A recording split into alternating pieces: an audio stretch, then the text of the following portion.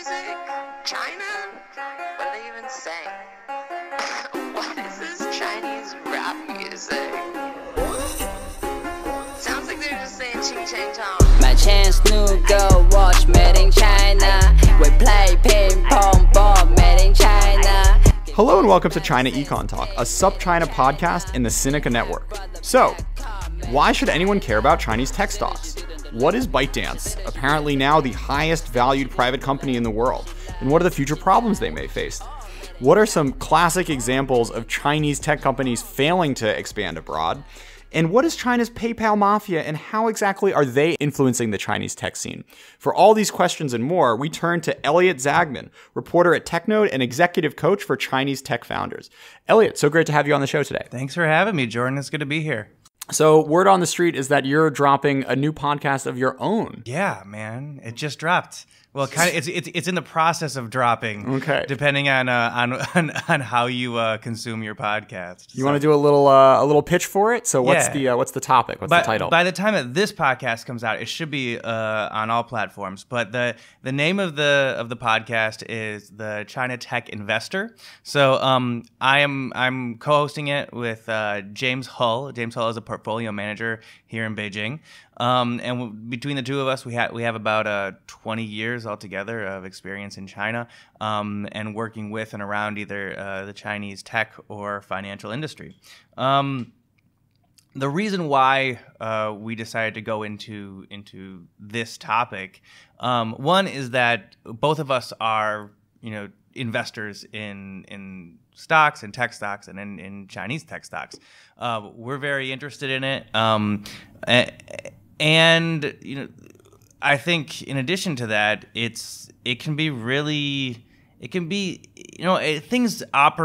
business operates by a different set of rules in China, right? So if you apply all the rules of investing in the US or with a Silicon Valley tech stock to a Chinese tech stock, it may not apply. So we don't have all the answers, but we're looking for the answers. So we say we are trying to seek truth from facts when it comes to the world of China tech investing. And we invite our listeners to go along on that quest with us. Sure. So again, it's called the China Tech Investor. Awesome. Yep. So let's turn now to the Chinese tech startup that perhaps has had some of the most dramatic success abroad over the past few months, which is Bytedance. Could you walk us through what this company is and what it's been doing overseas? Okay.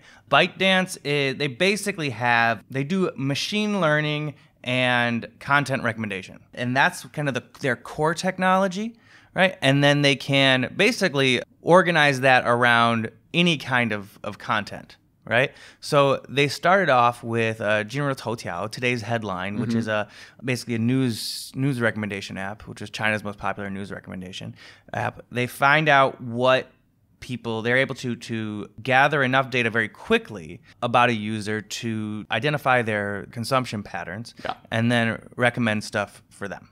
So they've had their app in China, their news app, Toutiao, has been quite addictive. And so I think the average user spends almost an hour a day on it. Yeah. I don't have the number, in front of me, but it's somewhere around there. Which, if you think that, they have a large user base in China and they have an hour's worth of their eyeballs, that's extraordinary. That's really good, yeah. And then they've expanded. Where they've had a lot of their growth recently is in short video. So they have, in China it's called Douyin. Abroad it's called TikTok. They acquired Musical.ly, which is a China-based, but it got successful in the U.S. mostly with like 12, 13, 14-year-olds. Yes. Lip syncing to songs, and they basically took that model and basically went all in on it, and that's what Douyin is, and that's what TikTok is. It's basically kind of a reformatted Musical.ly. Yeah. So yeah, they've had really good growth, especially in places like Southeast Asia. People like to use that. There was a great article recently by Raymond Zhong in the Times interviewing these young users from all around Asia outside of China. And the reporter clearly asked them, did you know this was a Chinese brand? And none of them had any clue. From South Korea, from Indonesia, from Japan, from the US as well. So it's really interesting how it seems like the best a Chinese company can do is to sort of hide their Hide their strength and bide their time. Yeah, please let's skip that. Skip that Chungyu for today. But you've been writing recently on TechNode about some of the issues that they've started to have when it comes to content. As you might expect from any app that has a strong user-based population in the preteen and teen ranges, there's some safety concerns that come up absolutely. with those sorts of users. It's the same kind of problems that a platform like Facebook would have or Instagram. But let's start from the very beginning. I think that what they are is they're kind of like, if you think about all the criticism that Facebook or Twitter or Instagram, YouTube has been getting lately because they use similar content recommendation algorithms. What Bytedance does is they say, let's look at these tactics and let's just crank them up. Let's put them on steroids, which is also why I'm like, why the hell is nobody has a problem with this, right? It's everything that we see that is such a problem with our platforms that we're using, for example, in the States, or that most of the world is using. And Bytedance is like, let's turbocharge that and let's print money. What's interesting is that, on Twitter, on Instagram, you choose the people you follow. On Facebook, 2/3 of what you see is actually people posting things, right? But what's interesting with Douyin and Jinri Toutiao and TikTok and Top Buzz, the Chinese products, is like, it's the same recommendations, but it's all people you don't know making the products. And they curate it for you. Yeah. Right? Which is, on the one hand, super entertaining. Yes. Like, I'm a huge Douyin fan, spend maybe 20, 30 minutes a day. And the content I get served is like definitely more funny, more interesting, more well-produced than like whatever Douyins my friends are making at the time. Yeah, I mean, but it also introduces these real issues when it comes to stuff like fake news and child protection that you wrote about recently. Well, let's start. I want to start from everything I've done this year. Sure. So I've basically covered two different problems that the company's platforms have had. One is at the end of last year, because I write, so I was approached by some of the people who run their platform Top Buzz, which is basically Jinri Toutiao, but in English. And they're like, do you want to take some of your content, you can just republish some of your articles, and then we'll pay you 2 cents per click. And I was like, yeah, sure, let's give it a try. And so I tried it a little bit, and I downloaded the app. And I was like, I published a couple articles. It didn't make, I made like $1 per article. So I was like, oh, this is not really worth the time to copy and paste. And so I also was like, this is not really, I don't want kind of my name associated with this platform, because it was a lot of really kind of lowest common denominator, just kind of cheap clickbait stuff. World star hip hop was my analogy. Yeah. Okay. But what I also started seeing is, do you remember that election in Alabama with Roy Moore and Doug Jones? Absolutely. Right? My sister was on the campaign trail. Oh, really? Knocking on doors. Yeah. For Roy Moore, I assume? Who was the good guy? I forgot. Roy Moore was the pedophile. And, not the pedophile. Not the pedophile. I'm joking. Yeah.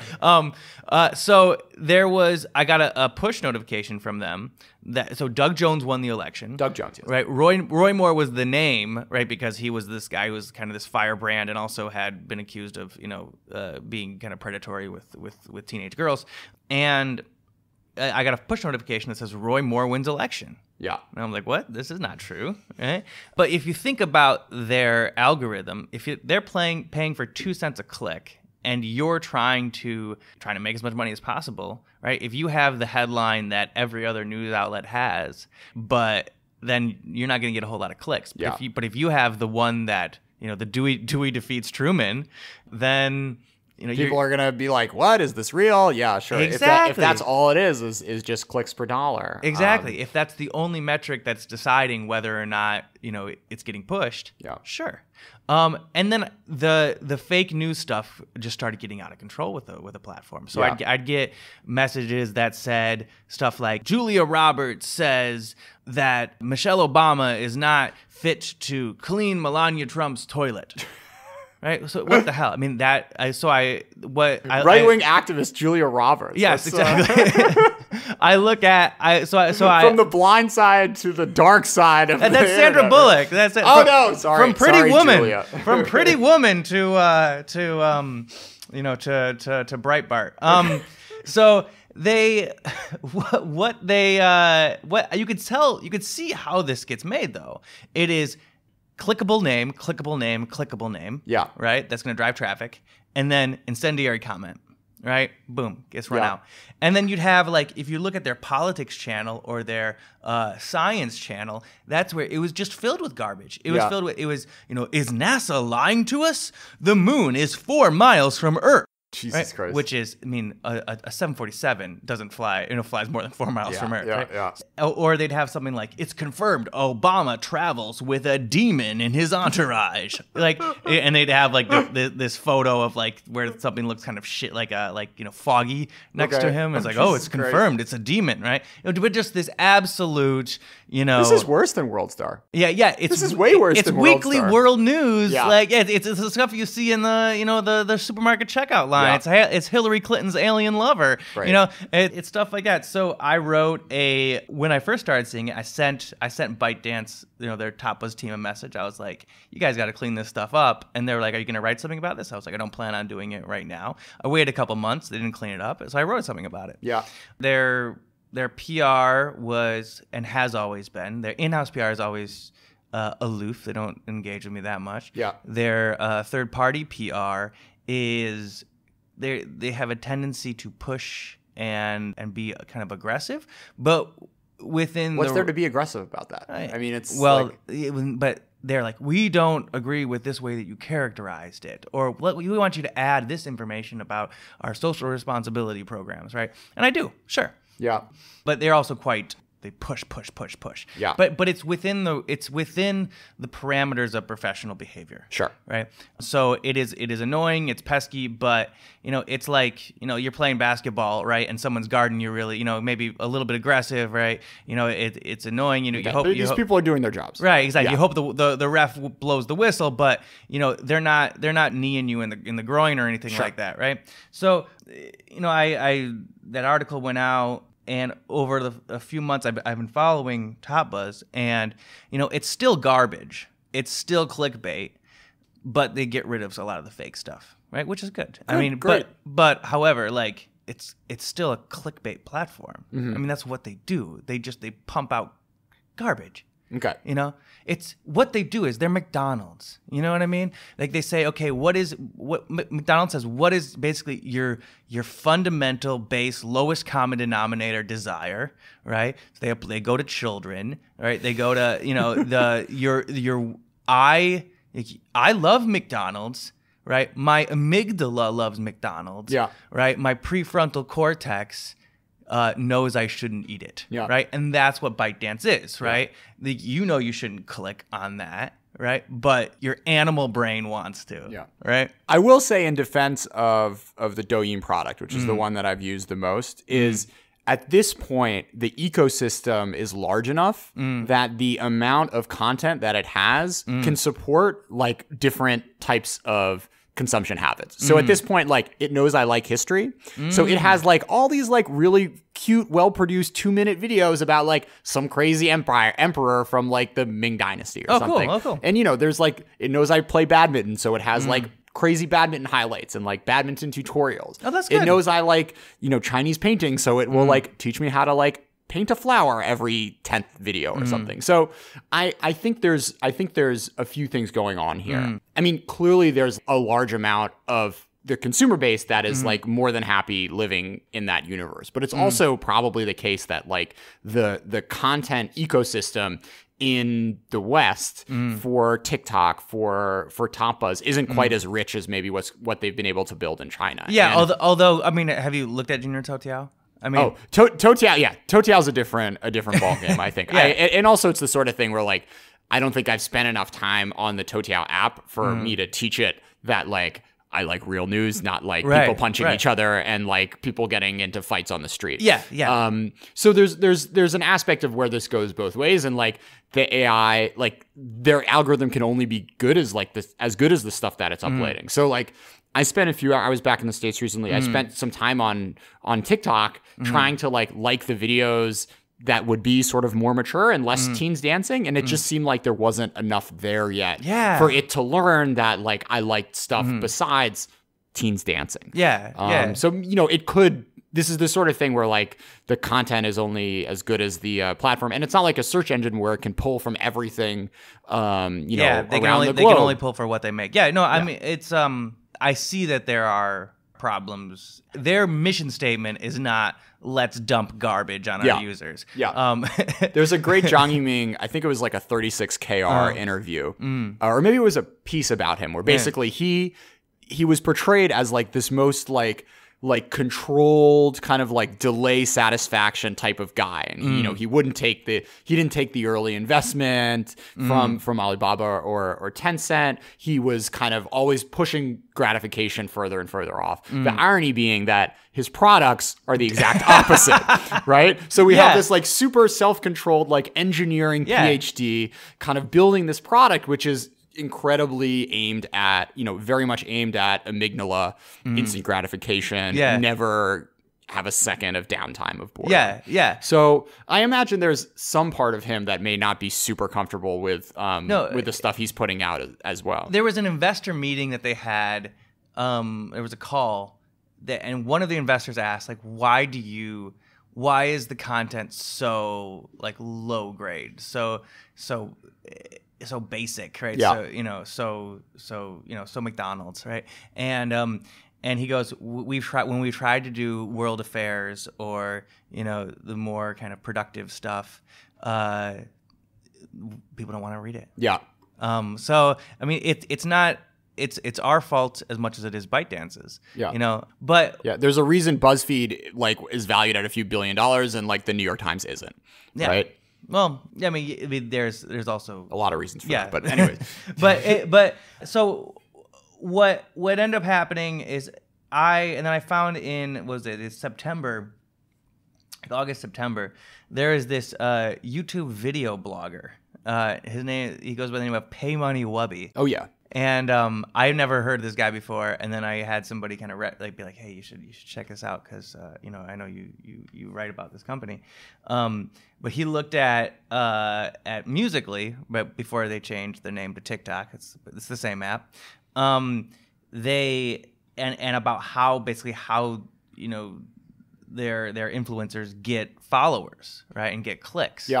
And their especially in the US, their core user base is somewhere around like 12, 13, 14 years old, kind of middle school age. And what do you do if you're trying to get followers? He just goes through it, and it's like it's hypersexualized.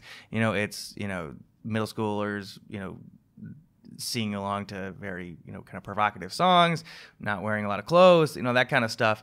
And basically he looks at how it's kind of a platform that is ripe for predatory behavior, and there are a lot of there have been a lot of other videos as well that look at the safety issues, right, when it comes to the kids that are on it, as well as family groups, parents groups in the US that have kind of brought attention to the app. So this guy's video goes viral, like 1.3 million views, and it kind of makes him, right? He gets all these new followers, and then all of a sudden, his video gets taken down, and he gets a copyright strike from YouTube. Right. That ByteDance had filed a complaint. Right. The complaint was in Chinese. Right. So it's probably not coming from their international PR. It's coming from their Chinese PR. And it says, you're illegally using our logo. First of all, if it's within YouTube's terms of service if you're doing a review of a product, which he was, you can use their logo. And secondly, there are thousands of videos on YouTube that have ByteDance's it's like logo. These old Vine clips, right? Like funniest Vine of the month. There's the same thing for Musical.ly videos. Exactly. We know the real reason why they took it down. and then this guy's got a big following on like Reddit and Twitch and all these other platforms. So they complained as well to YouTube. YouTube ended up putting it back up, and it's fine now. So, but I wrote about that, and also PewDiePie, actually, who does have an enormous following, did another follow-up video kind of on the same theme. I don't know if you came across this. Oh, really? No, I didn't. Yeah, just saying like TikTok is kind of gross and weird and confusing. Oh no, it is super gross and weird. I mean, there's a lot of videos that are about this. Yeah. So to be fair, again, like there's plenty of Yes. 15-year-olds on Instagram with very revealing photos, Right, yeah. who also have tens of thousands of followers. I think the issue you have here is like the Bamfa of Bytedance doesn't necessarily seem to be ready to confront these issues abroad. Well, yeah, and also I think that they're known in China, like Ma Huateng, for the CEO and chairman of Tencent, kind of called them out for, he didn't say them specifically by name, but about the problem of Hei Gongguan, like black PR, Yeah. which is really common in China, where I just think the standards of behavior, like internet companies in China, they fight harder, I think, and fight dirtier than your standard Silicon Valley company. Yeah. And in some ways, that makes it more interesting. That makes it, more fun to write about. Sure. But until they come after you, and that's a problem. So Bytedance is known for being on the dirtier side of things with how they do things. This is their reputation, and it's, in some ways, it's kind of how they've had to do it, right? They want to establish themselves independently. They don't want to be part of this, be kind of like, absorbed by the monsters that are Tencent and Alibaba. So they're trying to build themselves up. What do? You have to kind of be a street fighter, right? Yeah. So it is, in some ways, it is understandable. But I wrote about them. I wrote about, and I include a whole lot of other cases of, where parents groups have been, concerned in the U.S. about how the Indonesian government blocked them for a while for promoting what they consider to be indecent behavior, and about how, it's really difficult to, even though they don't have to have this kind of, they don't have to set up offices all over the world, but to adapt to all these different internet regulations and different cultural standards abroad is a tricky thing. Yeah. Right? And it's something that Facebook and Google haven't figured out with Yes, exactly. years and years more of experience and a more international workforce and more revenue. Yeah. So this is a challenge that everyone's facing, and that given the speed of the success of TikTok, they're running into at a pace that no other Chinese tech firm has really had to confront. Exactly, and just all new problems that they are not used to dealing with. Sure. Right. But I would also say another argument that I would give. I mean, they have very powerful core technology, and they could be doing just about anything with it. Yeah. Right. And there's a whole lot of areas where people need really good recommendations. Right. But compare it with YouTube, compare it with Twitter, compare it with Facebook. YouTube, yes, has a lot of, crap on it, until recently it had a lot of Alex Jones or, just this kind of, conspiracy theory stuff. They have problems with that, but they also have, what if the world didn't have YouTube, right? I think I would make the argument that it's a worse place, right? We have plenty of problems on Twitter. What if the world didn't have Twitter? I think it's better that we have Twitter. Yeah. Right? What if the world didn't have Facebook? There are problems on Facebook, but that's how I connect with my family, right? Yeah. But what if the world didn't have Bytedance? Yeah. I mean, it's an open question. I think like the thing that Douyin has turned into at this point is not creating the social good that all these journalists, reporting news on Twitter is, but at the same time is a product that I think has a ton of value. No, sure. And people really enjoy for healthy and less healthy reasons. And I love McDonald's. Yeah. Right? I love a double cheeseburger. Yeah. But I think that the argument that needs to be made is if we're giving the kind of criticism to YouTube for YouTube stuff, like I would say, yeah, there's not a lot of stuff on the other side of the ledger. Is right? What you're, exactly, is what you're getting at. Exactly, and they have the capability to do it, and they're not. Sure. So I wrote this piece about it. TechNode ran it. They knew it was going to come out of TechNode. Their PR had some problems with it, but TechNode stood by it. Huxiu, which is the site that I write for in Chinese, they ran it. It got a bunch of clicks and did quite well, but they never had any issues with Bytedance PR. However, In Chinese, Cai Fu Zhongwen, which is the Chinese version of Fortune magazine in China, right? So their Chinese language like platform, they will always run, unless it's a particularly politically sensitive topic, they will take my content and they will rerun it with my permission, with Husio's permission in Chinese. They ran it, and then they get a message the next day that it's from WeChat saying that Bytedance is accusing them of defamation for running that article, right? And if WeChat confirms it, they will be penalized, and they will have to take the article down as well. And then if they get penalized enough times, then their account gets taken down. They kind of they explained that it what the article was, and they defended themselves, and the article was not taken down. There was no issue with them. Yeah. But like, this is how Bytedance does. This is how they fight. Because we know it, because this is what they did with that YouTube blogger. Sure.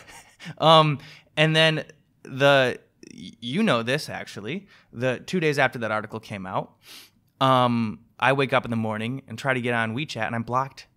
It says, I get a notification that says you have had a number of complaints about your behavior on WeChat, and I don't think I do anything particularly bad on WeChat, but you have been blocked, right? So I had to kind of go through all this process to get back on. But then you added me on WeChat that same day, and you got a notification that was like, "Don't trust this guy." This right? guy's a criminal, right? It's the same thing you get when like you add a new foreigner who has like one friend on WeChat. Being like, this is a suspicious account. Like, make sure you know who you're dealing with. Yeah. So, but it's like I stand by everything that I've written. I think I did everything in an ethical way, and this is the way that they act. Yeah, which I think it's not. It's cool. Probably unsustainable from an international expansion perspective. Because you do this enough times abroad, especially as your presence gets bigger, and people besides journalists who cover Chinese tech start to care about you, and then I think either they'll learn their lesson very quick, or problems will get very big very fast. Hope so. No, but it pisses me off. Yeah. Like you're gonna try to that's my livelihood. Like if I can't get on WeChat, I can't work. Yeah. And they I don't know. And also it's that kind of garbage that journalists in China have to deal with all the time. Yeah. These people aren't covering sensitive, government or political things. These guys are making 8,000 RMB a month, right? Trying to just, cover, business, these businesses that are often doing really shady stuff. Sure. And these guys act like they're from the mafia or something, Yeah. You get stories of people who you get visits with people going to their, these, kind of thugs coming to their door. You get all sorts of threats, right? Like it's not easy to be even a business journalist in China. And it's because these guys play really, really dirty games with these guys, with journalists. I don't know. I think it's bullshit in my mind. Might have to bleep that, but I don't know. I got very upset by it. I'm pissed off, and yeah. So turning now to a couple of examples of companies that haven't quite had the success that Bytedance is having abroad with TikTok. So LeEcho and BYD that you've also written pieces about. What's the stories with these two companies, and what do you think has gone wrong for them in their expansions abroad? Maybe start with BYD. Well, okay. Well, BYD has actually had a decent amount of success abroad, but they've done a lot very quickly, and it's been messy. So what's the company? So BYD is, it's an electric vehicle company primarily at this point. We're most well known for being an electric vehicle company. They also make, traditional automobiles. But they have been making they've been making a lot of electric buses for different cities around the world, right? You want money in the door, not going out. They have supplied the electric bus fleet to Los Angeles County. And they... the buses function for the most part, but they've had quality issues. They've had a lot of credible accusations of mild corruption. They have a lot of times overpromised, underdelivered. For example, their buses have trouble going up hills. So the way that you could look at this is, and also they have problems with managing staff. right? So local staff, they'll do things that are often, at least in the U.S., would be considered, it's legal violations or just not the way that you treat employees in the U.S. So what you could say here is, oh, this Chinese company comes there, they bribe local politicians, they get no bid contracts, which they did, and then they lie about what they can do, right? And then they treat their workers poorly, right? Sure. That's one way you could look at it, and that's partly true. But you could also say, okay, well, this company is, it's not an easy expansion to do. It's technology that's developing as it goes along, so it's hard to make promises and know if you can deliver or not. So they probably overpromised a little bit. Auto workers in the U.S. are notoriously difficult to deal with. We could give them the benefit of the doubt, absolutely. But there's also there's a number of blips on the radar with BYD, right? They've had a number of different deals around the world where the quality of their buses have had issues, and then there was this issue earlier this year, which was super shady, where they agreed to sponsor the British football club Arsenal, right? So it was a big, expensive sponsorship deal where they would have, their logo around the stadium. They would have their logo on the chairs where the players would sit. And they announced that in the springtime, and then in July, I believe, they said that this woman who had been in Shanghai, kind of operating as a middleman for them and dealing with Arsenal, was committing fraud, and that she had a fraudulent chop, those stamps that the companies have on all the contracts in China. Sure. It was fraudulent, and she got sent to jail. Now, this is kind of weird because that's not how you commit fraud. You don't pay. She was paying Arsenal. Yeah. That's not how you're supposed to commit fraud. You want money in the door, not going out. Exactly. So there's something weird going on. And talking to people around who knew her and who had dealt with the company, she'd been working as a kind of a quote unquote representative of BYD for 3 years. So there's something and there's no way that they wouldn't have known about that. And speaking to other people who had been around that woman or BYD, it seems as though something doesn't seem right. Either they were trying to get out of the deal, which is quite likely, and we also don't know who her boss was, and that seems to be the big question mark. But it was either, and with a lot of these globalizing Chinese companies, or these global Chinese deals, there are a few different things going on. One to consider is leverage and debt issues and liquidity issues, and that right now, it's been well documented, this expansion of lending that's happened over the last 10 years in China, that there's been just a lot of money lent by state banks and in their shadow banking sector that has caused the corporate sector in China to be heavily over-leveraged. BYD is a private company. They're not a state-owned company.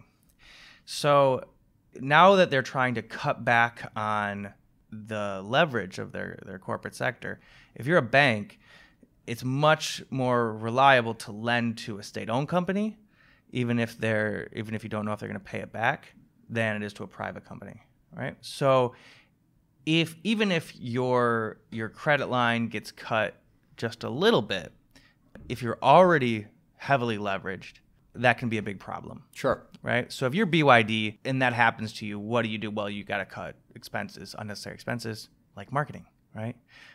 So what better to cut than a pricey sponsorship deal? So we don't know that that's what they did, but it seems like that it's likely that they were trying to pull out of that deal, and this was the fall person for it. The other, too bad she has to go to jail. Yeah, no, it's Jesus like, Christ. well, her family wrote this this WeChat post basically saying she didn't do anything wrong. They were kind of pleading on her behalf. I don't know, maybe she's been released. I don't know. But we can get back to LeEco. Sure. Which is, I worked for them as well, and this is kind of how I got my eyes open to it, because a lot of that was happening in that case. So I worked for LeEco for about 1.5 years in one way or another. And what did they do? So they started off as basically the Netflix of China. And then they also started making phones and TVs that where they would sell them at below cost with the idea of being able to sell internet services on them. Sure. Right? It's actually Clever. That's Xiaomi's model, actually. But Xiaomi is better managed, and Ligo went too far. They started making a car. They started, just going crazy in every direction. They opened a U.S. office that had 500 employees, an office in India that had almost 100 employees, a big office in Russia. They just did a crazy expansion until they couldn't get funding anymore for it, and it just collapsed. Sure. And it screwed a lot of people over. I would go to work every day, and there were protesters in the lobby just sitting there day after day after day trying to get the money that they were owed. From salaries not being paid. Or contracts. So like they're vendors or... Yeah. But there are also lots of employees that never got paid. And there were a lot of good people for the company. Like I know one executive who basically, there were salaries that weren't getting paid because Ligo didn't have any money, and this executive was paying people salaries out of her own pocket. So these are good people who worked for him, but they, from the very beginning, I saw it and I was like, what is going on? It didn't make any business sense. And when you get down to it, some of it's ego, that someone thinks that they can be the next Steve Jobs. Sure. Another thing is that all of a sudden lending they get access to capital, so they say, okay, let's max it out. And the other is that they're trying to get money out of the country, so they do global expansion. So they say, okay, well, for them and their buddies, they can get their money out. So there were a number of reports of top leaders at Ligo basically acquiring other assets that were not directly related to the business with money of the business. Sure. So the more that you're involved with the company, the more it's like, okay, well, this is not like, how do you represent a company like that? How do you stand behind a company like that and maintain your own integrity? Like, I don't know. Yeah, it's tricky. Yeah. So that was my situation with that. I just find that I have a lot of very good relationships and really admire a lot of Chinese entrepreneurs. But the environment in China for doing business and just how other podcasts you've talked about this more, but it makes it really disincentivizes, good behavior. Yeah. And it's kind of disappointing. Because you see even good people with good ideas and good products seem to have to go down this line of thought. I mean, we did a recent show with Matt Sheehan who helped Kai-Fu Lee write the AI Superpowers book, and he has this whole thing where the idea of the Chinese startup and tech ecosystem as this gladiatorial combat. Yeah. And on the one hand, if there are 10,000 Groupons that show up, like the company that, it's a real forcing agent for good management and good for some aspects of like good operational management, product development because, you lose and there are 10 other companies right there to take your place. It's not like no one else is doing the thing that you're doing. And given the lack of IP protections, someone else is gonna take the idea that you have and run with it. So you're really going to have to operate and execute at an extremely high level, probably higher than anywhere else in the world. But there is this flip side to it, as you say, where these types of, less than above the board behavior ends up getting incentivized because there are seemingly no rules to these sorts of competitions. Yeah, and there's plenty of situations where you have the anti-corruption campaign. So there are a lot of officials, I think, and a lot of business leaders who think that their days are numbered, right? Because the anti-corruption campaign isn't stopping. Yeah. Right? So if you're worried about your family, if you're worried about your assets, or your own life, then what are you gonna do? You say, I need to get my money out. I need to get, gonna get my family out, right? And there are so many restrictions that one of the channels for doing it is a large firm globalizing. Right. Sure. So if you are an entrepreneur who's in charge of this company, and I am a political leader who has helped you get where you are, or can help you get further, I can come up to you and say, okay, I have $5 million that I need you to help me get out of the country, right? So, or I need you to help me buy a couple houses in London, right? You have to say yes, right? Yeah. But then what that does is how much are they focusing on business, and how much are they just focused? It distorts it into something that even if someone wants to do something very legitimate from the very beginning, it becomes very difficult to do so because of kind of just what the environment is at this point. Yeah. And the irony is that, there is one belt, one road, right? And there's this whole idea of the Chinese government wanting these companies to become these global powers and sell products on a global scale and become globally competitive. But at the same time, with all this stuff mixed in, as you said, the business plans get trickier and there are two bottom lines, and it's not the happy two bottom lines that you hear about in the West, right? Yes, exactly. So it becomes very counterproductive. Where on the one hand, you do have these dreams of having every phone in South Asia being a Xiaomi, but at the same time, not to cast any aspersions in that company's direction, but given the atmosphere around these certain issues, you do get mixed up in the types of issues. You have no choice but to get mixed up in the types of issues that you were talking to. But then also considering that, what some of these companies have accomplished is quite impressive. Sure. Yeah. So let's turn to the happy Africa smartphone maker. Oh, maybe. Transsion. Yeah. Yeah. Well, I wouldn't say it's entirely happy. There's plenty of there. But no, that Transsion's been very cool. It's very interesting to follow.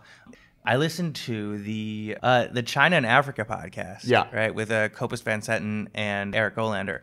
Very, very good. I highly recommend it. And they mentioned China Tech in Africa. And they mentioned TechNode, which is I was like, what the hell is a TechNode phone? Right? TECHNO. TECNO, I think. TECNO, yeah, no H, yeah. Yeah. And so I looked it up and found this company, Transsion, right, who had, and kind of looked at some articles that have been written about them. They have, I believe, 2/3 of all cell phones in Africa, of all smartphones in Africa, are this Chinese company that no one's ever heard of in China, called Transsion, TRANSSION. And I started looking into them, and I started kind of contacting their PR and some of their executives, and they're much more willing to talk than most Chinese PR that I deal with and executives. And it was really cool how they've, they went in there about 10 years ago, and they've just kind of slowly been planting seeds. They've developed a lot of local contacts and local relationships. They've localized their operations in Africa. Yeah.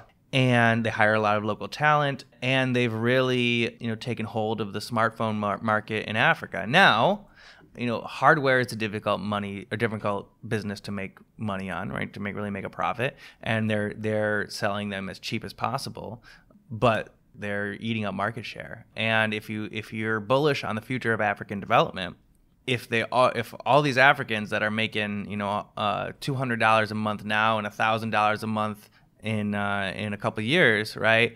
That expansion, consumer expansion, is good for you if you have their smartphones. Yeah, it's interesting. So I was on campus the other day at the PKU Huawei info session to pitch graduating students to join Huawei. And one of the opening slides of this guy was a stamp from Cameroon, and it was this Chinese guy and a few Africans, and they were laying a pipe or whatever. And it was what? And basically the idea was the Cameroonian government was so appreciative of what Huawei did for it that they made a whole stamp of them helping set up their thing. And it kind of gave me a weird yin-xiang, like a little white man's burden, but it's like China and we're helping our brothers in the South or whatever. Yeah. But it seems like this company is really not doesn't really have that mindset, and are kind of meeting the customers on their own level and doing a really aggressive job of localizing. The thing that please. Well, I am hesitant whenever there is such a stark contrast drawn. Okay. Because I'm sure there's good and bad at all these companies, or there's one day. But yeah, and that patronizing attitude is is definitely there. But yeah, it does seem like when I talk with them, they really get what Africa is about in a way, and they really understand the African market,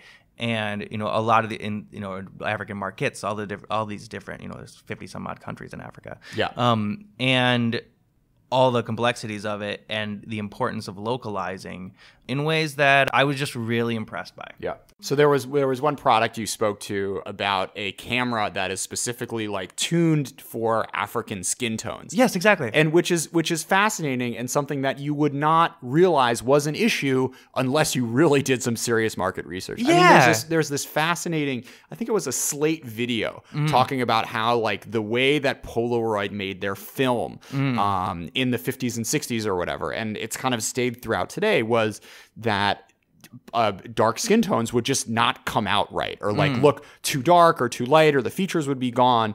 And just the way you shoot and the way you tune the contrast or whatever means that some skin tones are just given or look livelier than others. Yeah. And for them to not only realize that was an issue, but then build a whole product and make a whole camera, which is sort of aimed at fixing this market need, I think really speaks to what the dedication that this company is doing to try to understand and fill what the African consumers want. Yeah, and most of the phones that the smartphones that we use are either developed by American or East Asian companies, right? Sure. So they assume that, especially in East Asia, right, everyone wants to be, you take the selfie, right? It makes you look more white. I have a Samsung, and it kind of automatically does that. Yeah. Like beautifies my face so I take a selfie, but quote unquote beautifies, which means make it more white. Yeah.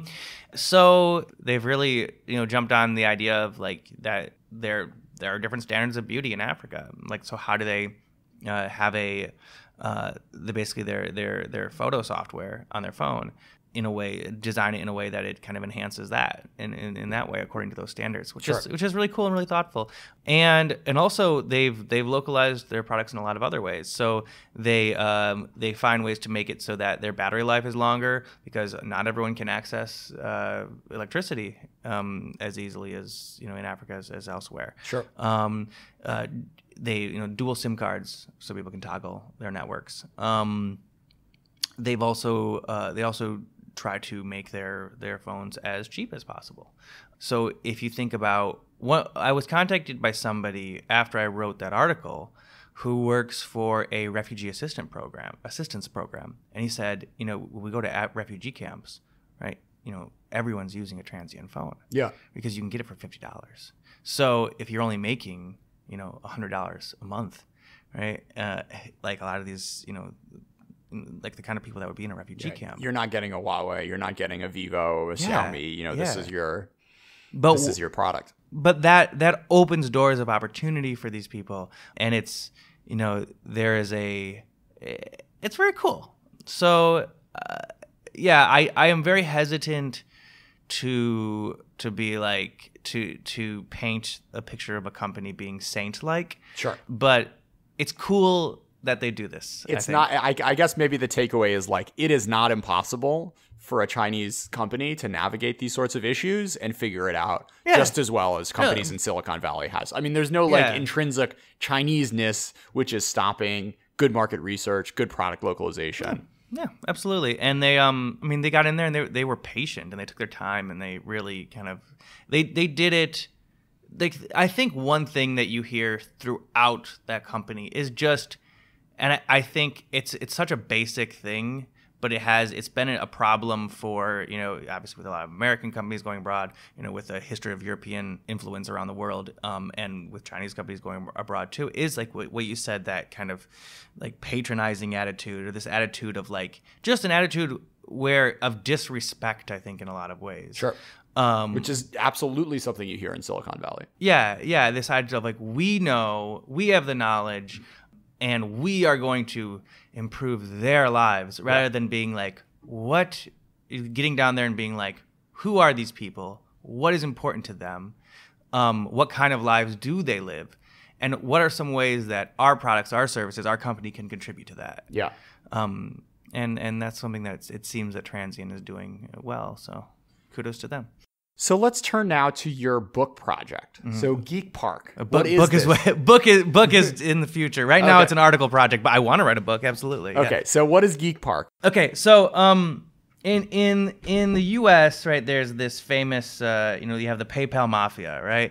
So you have Peter Thiel and Elon Musk, Palantir and yeah. So you have all these guys were all involved in PayPal when it first became the company that it is now, and then they left and they went to start, to invest in Facebook, to start LinkedIn, to start Palantir, to start Tesla, YouTube, right? So much of what we see now is kind of these big names around around Silicon Valley came out of, out of PayPal. In China, what we see is that a lot of these names come out of what I would call the Geek Park Mafia, right? So Geek Park is like a tech media outlet, kind of an incubator. They have these conferences. They're headed up by this guy named Zhang Peng, or Jack Zhang. But about 10 years ago, he was an editor at a magazine called CIO magazine. And terrible name. that was the English name. I don't remember what the Chinese name was. Okay. But under him, he had 4 journalists that worked for him. He also had started his own magazine called Business Value. He had 5 journalists that worked for him. 4 of them went on to become very, very, very, big names. So we had the person who basically created Xiaomi's ecosystem, right? The Mi UI was a journalist for him, right? Victor Zhou Yuan, who is the founder and CEO of Zhihu, right? $2.5 billion knowledge sharing platform in China. He used to be a journalist for him, right? Another number of people who went on to be big, build up China's venture capital ecosystem, used to work for him. Hu Weiwei, founder of Mobike, right? She used to work for him. And they used to have these meetups in this basement in Beijing, where it was kind of an incubator before there were incubators, or accelerator before there were accelerators. And do you want to date this? This is probably 2008, 2009, 2010, right? So they were really into this idea of the future of the mobile internet. The iPhone had just come out, and Jack Zhang, Zhang Peng, he also knew Zhou Hongyi, the founder of Qihoo 360, quite well. And they were very excited about the potential of mobile internet. And they liked kind of the philosophy and the user focus, these ideas of kind of like lean startup methodology. And they would have these meetups to kind of talk about different ideas for internet companies and things like that. And in that basement where they do these meetups, you'd have Wang Xing, the founder and CEO of Meituan, right, pitching Meituan. You'd have Zhang Yimin, the founder and CEO of Bytedance, pitching Bytedance, right? You had Lei Jun from Xiaomi, pitching Xiaomi, right? And so you'd had it's like billion-dollar company after billion-dollar company. It's one basement, a bunch of 20-somethings, sure. and now it's $200-300 billion, right? So, just hearing about I'm in Beijing right now, visiting and talking to different people. I had worked with and were friends with a lot of these people who kind of came out of that scene, and just talking with them about their backgrounds, it was always this Geek Park mention, right? So how'd you meet that person? Oh, Geek Park. How'd you meet that person? Oh, Geek Park, right? And I also noticed that oftentimes the founders or executives that I clicked the most with were from this background, right? These are people that used to be journalists, right? I'm a pseudo-journalist as well. And just having this attitude of curiosity, being able to kind of play with an idea that I think goes into product design and building a business as well. So I was talking with Xia Yongfeng, who is he used to be one of the journalists, and he is basically designed, or was he is the VP of basically the IoT, the whole ecosystem for Xiaomi. Designed that, built it basically himself amongst others. But he was telling me that one of the big transition moments of his life was when he wrote a negative story about a company that he did not disclose to me, but he wrote a critical story that he stood behind. And he had an editor at CIO magazine, the editor-in-chief, who had received a complaint from that company because they were a sponsor. And they were getting a lot of pressure to take the article down. And the editor meets with Xia, and he goes, okay, well, do you stand behind everything that you wrote? And he goes, yeah. And he goes, all right, we're going to keep it up there. Right. And about how this is this turning point for him where it's like, oh, like, well, if it's a good article, if you can stand behind the work that you do, then you should be able to stand behind it even if it's difficult. Sure. So later on, when he worked for Business Value magazine, which later became kind of Geek Park, which is Jack Zhang's magazine, Jack asked him, he said, "Do you want to be? You have 2 career paths for you.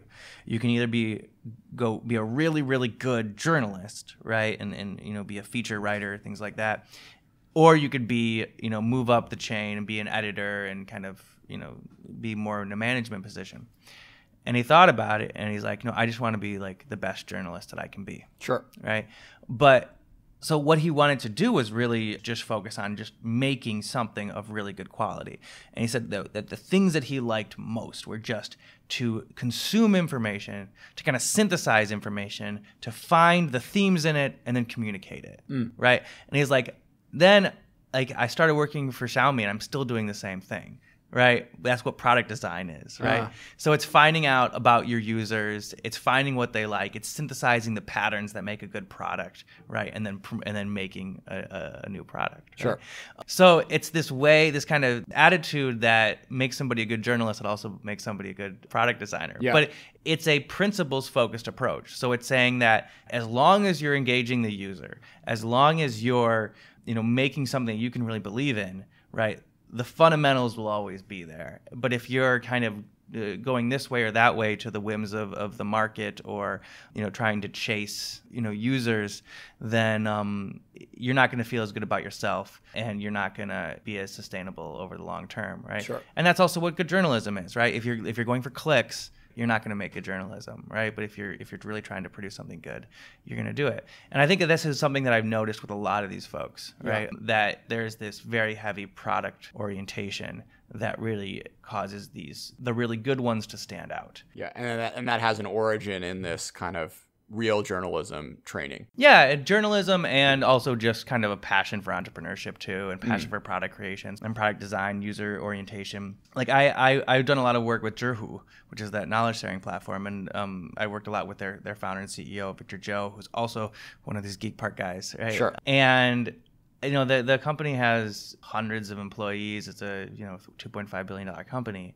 But I've noticed, like, if I answer a question or ask a question on the platform, I'll get a message from Victor that's like, "Hey, I saw you on I saw you answering a question," right? And so this guy is spending lots of time on the platform, still looking at how the platform is functioning, and who's on it, and this idea of staying focused on that core product that I think really.